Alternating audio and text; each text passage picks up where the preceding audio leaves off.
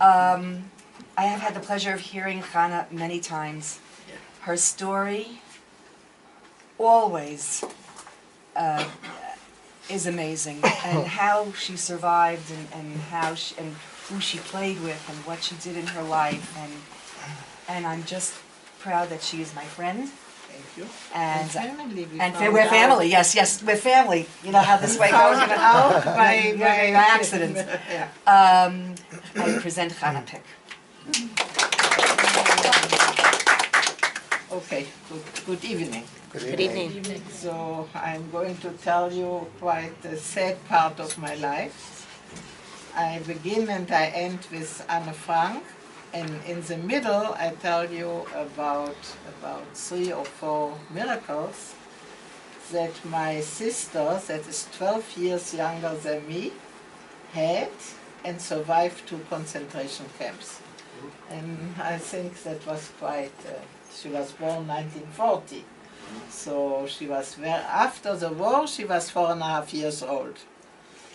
And After she the war. lives, ma? After the war. Yeah, what Yes. did I say? You said it. I was just Yeah. underscoring what you said. After the war. And today she lives in Petah Tikva, here in the country. She has a very nice husband. She was a very good teacher. She has 4 children. And how many grandchildren? 25. Or 4 children. They must know Yossi. What do you say? No, it was a joke. No, say it No, again. because Kili Yossi yesh harbe ילדים גם, אז... He has 7. No, but he is still younger. He's still young. I have only 11, but I have, thanks to God, already 18 great-grandchildren.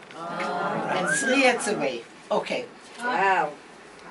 So I have to start with my father, that was born in Hanover, Germany. And he was sent as a German Jewish soldier to Poland in the First World War. Then he was already not so young, and so he was already an economist and a journalist. He came out of an all-assimilated Jewish family. He was a single child. And now he came to Poland and he saw these big religious families, and he was so overwhelmed. When he came back after the war, he went to be a religious man. And now he was back in Germany. He got a very good job in the government. He got to be chief of the whole press from Germany, Jewish press, German press, and to be an advisor to the Minister of Domestic Affairs. But now Hitler came to power, 1933. The whole government had to step down, and Jewish people were not taken back. And my father understood he had nothing to stay for in Germany. He took my mother and me, I was at that time a single child, and we went to England. Yeah, sounds good, no concentration camps. But now my father was religious, and he didn't work in Germany at the Shabbat, the Saturday. He would come into the office, he would look what came in with the mail, and he would go to synagogue. And Sunday, all alone, he would sit and work. And when he got his very good job in England by Unilever, and he told them, I cannot work at Saturdays, they say, goodbye, we don't need you. And then my parents had 3 things to choice. Or they could go to America, or they could go to Palestine, today Israel, then Palestine, or to go to Holland. I was 3.5 years old, nobody asked me, and they decided to go to Holland. I cannot say why. And in Holland they rented a very small 3-room apartment, and in that apartment where we lived, they opened a little office, and the purpose was to help all the refugees my father was sure will come from Germany to Holland. he took in a lawyer, also a refugee from Germany, and my mother, that was a teacher, went to be the secretary in that little office. First week in Holland, what are you doing?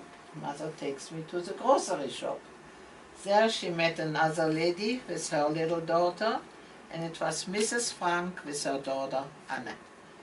It came out, we lived the same street, entrance next to entrance. And the lady spoke German, no one knew Dutch already. And several days later, mother brings me to kindergarten. I don't know anybody, I don't know the language. And I saw that little girl from the grocery shop. Did I say Mrs. Frank was with her daughter? Look, Anne was half a year younger than me. Today it's a little bit not so easy to think. She had to die with 15 and I am 89, so half a year was between us. And I see only that little girl from the grocery shop, but I saw her back. She was making music on little bells, and the moment she finished, she turned, oh, that's disturbing. And she finished, she turned around, she saw me, and she ran in my arms. Because I later learned it was also Anne's first day in kindergarten, and she didn't know the other children and not the language. And so really from the first week in Holland we went to be very good friends, and through us our parents. So she immigrated to Holland also? Could you ask questions at the end? Now I will answer, but what did you ask? Did Anne Frank migrate to Holland, immigrate Yeah. to Holland also at the same time you? About Yeah. her father a little earlier, and she came when they settled. He was director of this factory, so it was not directly with Hitler, also with Hitler, but they had a bank in Germany and they lost money, and so he looked for another job.